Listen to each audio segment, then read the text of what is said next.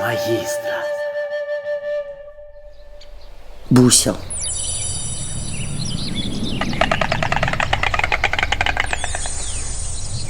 Раней не было ні гадзюк, ні жаб, ніякага гэтага плюгаўства. Вось раз Бог падазваў да сябе чалавека і даў яму завязаны гаршэчак. На, занясі гэты гаршэчак і кінь у мора. Толькі глядзі, не развязвай. Прыйшоў чалавек да сваёй гаспадаркі і пачаў збірацца ў дарогу, уздзеў чыстую белую сарочку, абуў новыя лапці і апрануў чорную світу. Прывітанне, жоначка. Куды ты збіраешся? А вось, пасылае Бог занесці гэты гаршочак і ўкінуць у мора. А што ў ім такое? Не ведаю. Давай паглядзім. Бог загадаў не развязваць. Хочацца бабе паглядзець, што там такое ў гаршку. Ведама, баба вельмі цікаўная. Аж са скуры пражэцца. Хоча паглядзець у гаршочак, але чалавек упёрся і не дазваляе. Ужо зусім сабраўся ён у дарогу. Бачыць баба, што нічога не зробіць. Ну, не так ёй і хочацца ведаць, што ў гаршэчку, як настаяць на сваім папярок гаспадару. Ну і куды ты пойдзеш перад вечарам? Лепш пераначуй дома. А што там ноч? Я не баюся. Уначы яшчэ лепш ісці, не так горача. Ой-ой-ой-ой-ой, ты мяне не любіш, бачу, не любіш.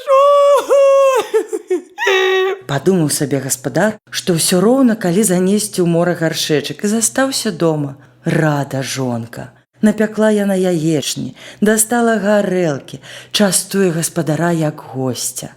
Пачастуйся, даражэнькі. Ух ты, як смачна! Наеўся, напіўся чалавек і лёг з жонкаю спаць. Амаль усю ноч не давала баба заснуць, ну ведама, маладзіцца. Толькі ўжо пеўні заспявалі, як чалавек звёў вочы, але ж затое як заснуў, дык бы забіты. Спіць сабе, храпе чалавек на ўсе застаўкі, а жонка тым часам ціхенька ўстала ды развязала гаршэчак. Толькі яна яго адкрыла, а адтуль і выскачылі усялякія гадзюкі, яшчаркі і жабы.